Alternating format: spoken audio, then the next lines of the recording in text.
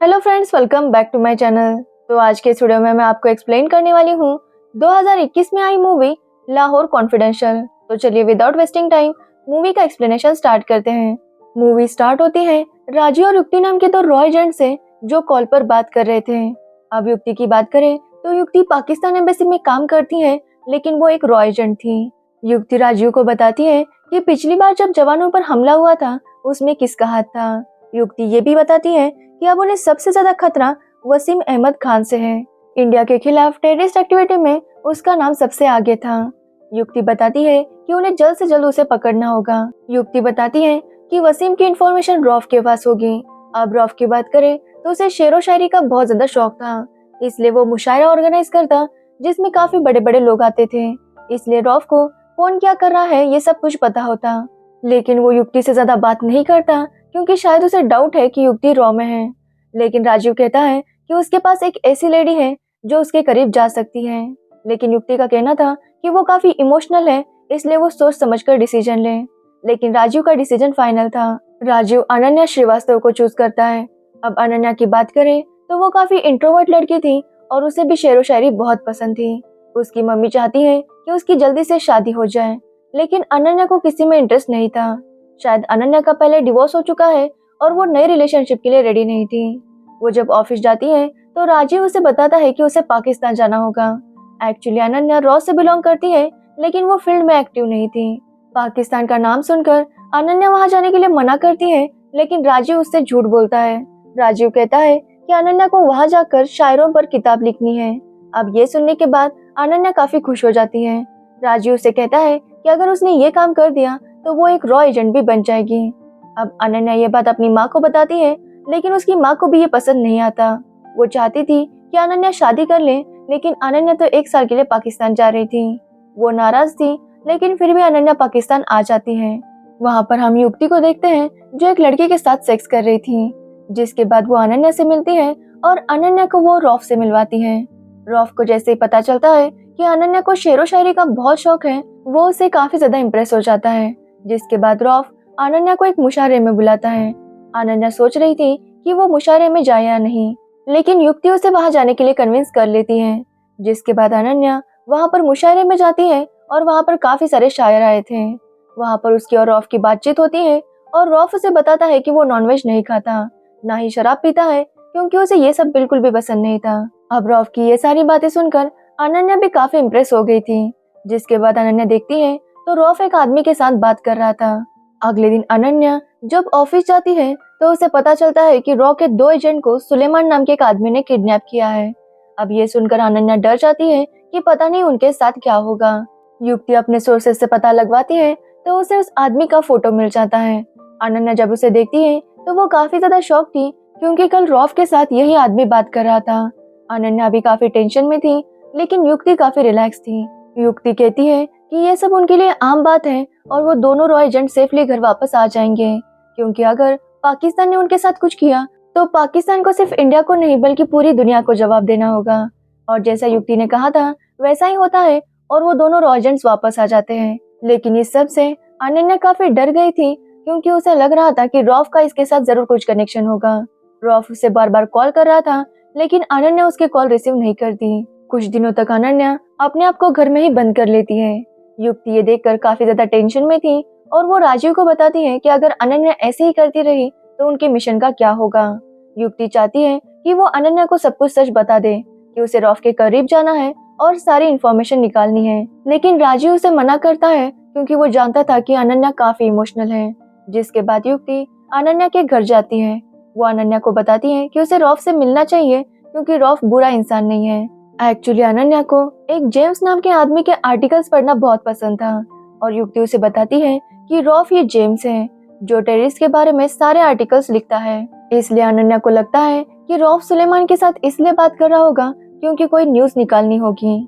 जिसके बाद अनन्या रॉफ के साथ बात करना स्टार्ट कर देती है। रॉफ उसे लेकर मुशायरे में जाता है और वहाँ पर वो दोनों काफी बातें करते हैं। जिसके बाद वो जब घर आ रहे थे तो उनका एक छोटा सा एक्सीडेंट हो जाता है, जिसमें रॉफ को थोड़ी सी चोट लगी थी। जिसके बाद रॉफ अनन्या को अपने घर पर लेकर आता है। वहाँ पर रॉफ काफी रोने लगता है कि उसने एक टेररिस्ट अटैक में अपनी फैमिली को खो दिया था। तब से रॉफ काफी ज्यादा अकेला पड़ गया है। तो वही अनन्या भी उसका दुख देखकर काफी ज्यादा इमोशनल हो जाती है। तो वही अगले दिन युक्ति अनन्या को समझाती है कि उसे रॉफ से इंफॉर्मेशन निकालनी चाहिए और इंफॉर्मेशन निकालने के लिए अगर उसे कुछ भी करना हो तो उसके लिए उसे तैयार रहना होगा। और वो युक्ति से कहती है कि वो चाहे जो कुछ भी करे लेकिन रॉफ से प्यार ना करे। लेकिन अनन्या रॉफ से मिलना स्टार्ट कर देती है और उन दोनों को एक दूसरे से प्यार होने लगता है। एक दिन रॉफ अनन्या को अपने घर पर लेकर जाता है। वहाँ पर उसकी मुलाकात कादिर भाई से होती है जो रॉफ के घर का और रॉफ का ध्यान रखते थे। जिसके बाद रॉफ अनन्या को एक वर्क रूम में लेकर जाता है जहाँ पर वो सारी प्लानिंग किया करता था। वो अनन्या को बताता है कि वो उन लोगों को मारता है जो मासूम लोगों की जान लेते हैं। वो बताता है कि जब 2009 के हादसे में उसने अपनी फैमिली को खोया था तब रॉफ को बदला लेना था। लेकिन फिर रॉफ ने डिसाइड किया कि जो उसके साथ हुआ वो किसी और के साथ नहीं होना चाहिए। जो भी मासूम लोगों को मारने की प्लान करता है वो सबसे पहले उन लोगों को खत्म करेगा, फिर चाहे वो रॉ से हो, आईएसआई से हो या कोई टेररिस्ट हो। रॉफ अनन्या से कहता है कि उसने ये सब कुछ अनन्या को इसलिए बताया क्योंकि वो झूठ बोलकर मोहब्बत नहीं करना चाहता। अब ये बातें सुनकर अनन्या थोड़ी सी कंफ्यूज हो गई थी, लेकिन रॉफ अनन्या को प्रपोज करता है और अनन्या उसे हाँ कह देती है। रॉफ कहता है कि वो दोनों जल्द ही मॉरिशस में जाकर सेटल हो जाएंगे। अनन्या भी इस बात से काफी खुश थी और वो दोनों इंटीमेट हो जाते हैं। तो वही युक्ति को अपने सोर्सेस से पता चलता है कि वसीम इंडिया में बॉम्ब ब्लास्ट करने की प्लानिंग कर रहा है। और यही बात रॉफ भी अनन्या को बताता है कि दिल्ली में एक आईएसआई एजेंट है जो एक होटल में बॉम्ब ब्लास्ट करने की प्लानिंग कर रहा है। वो अनन्या से कहता है कि वो जाकर ये बात युक्ति को बताए क्योंकि वो जानता है कि वो रॉ से है। अनन्या युक्ति को बताती है और वो उस आदमी को पकड़ लेते हैं। एक बॉम्ब ब्लास्ट रुक जाता है, इसलिए अनन्या काफी ज्यादा खुश होती है। अब अनन्या रॉफ पर पूरी तरह से ट्रस्ट करने लगी थी। वो दोनों मिलकर युक्ति के बर्थडे पार्टी में जाते हैं। वहाँ पर रॉफ अनन्या को बताता है कि रॉफ बलूचिस्तान में बॉम्ब ब्लास्ट करने वाली है। कुछ भी करके रॉफ को इस मिशन के बारे में पता करना होगा, नहीं तो बहुत से मासूम लोगों की जान जाएगी। अब अनन्या डिसाइड करती है कि वो रॉफ की मदद करेगी। इसलिए जब युक्ति बर्थडे पार्टी में बिजी थी तो रॉफ अनन्या की मदद से युक्ति के मोबाइल से सारे डिटेल्स निकलवा देता है। लेकिन अनन्या रॉफ से कहती है कि उसे इस तरह की रिस्क नहीं लेनी चाहिए। लेकिन रॉफ कहता है कि जो उसके साथ हुआ वो किसी और के साथ नहीं होना चाहिए। कुछ दिन बाद अनन्या को पता चलता है कि रॉ के 3 एजेंट मारे गए हैं। अब ये तीनों वही थे जिनके डिटेल्स रॉफ ने निकलवाए थे। जिसके बाद अनन्या जाकर रॉफ से लड़ने लगती है कि वो रॉ के एजेंट को कैसे मार सकता है। तब रॉफ कहता है कि वो तीनों टेररिस्ट से मिले हुए थे, लेकिन ये बात रॉ कभी सामने नहीं आने देगी। वो बताता है कि अगर वो तीनों को नहीं मारता तो पता नहीं कितने मासूम लोगों की जान जाती। तो वही राजीव को शक था कि उनमें से कोई वसीम के साथ मिला हुआ है और वो लोग मिलकर रॉ एजेंट्स को मार रहे हैं। राजीव जब इंक्वायरी करता है तो उससे पता चलता है कि युक्ति के अकाउंट में $50,000 किसी ने भेज दिए थे। अब ये देखने के बाद राजीव को युक्ति पर ही शक था। जिसके बाद युक्ति की इंक्वायरी होने लगती है और जब तक वो खत्म नहीं होती युक्ति को सस्पेंड किया जाता है। अनन्या और वो जब बात कर रहे थे तो युक्ति एक ड्रिंक लेने जाती है और अनन्या को रॉफ का कॉल आता है। रॉफ अनन्या से कहता है कि वो जल्दी से जल्दी होटल से बाहर आ जाए। अनन्या वैसा ही करती है और जैसे वो गाड़ी में बैठ जाती है होटल में बॉम्ब ब्लास्ट होता है और युक्ति की मौत हो जाती है।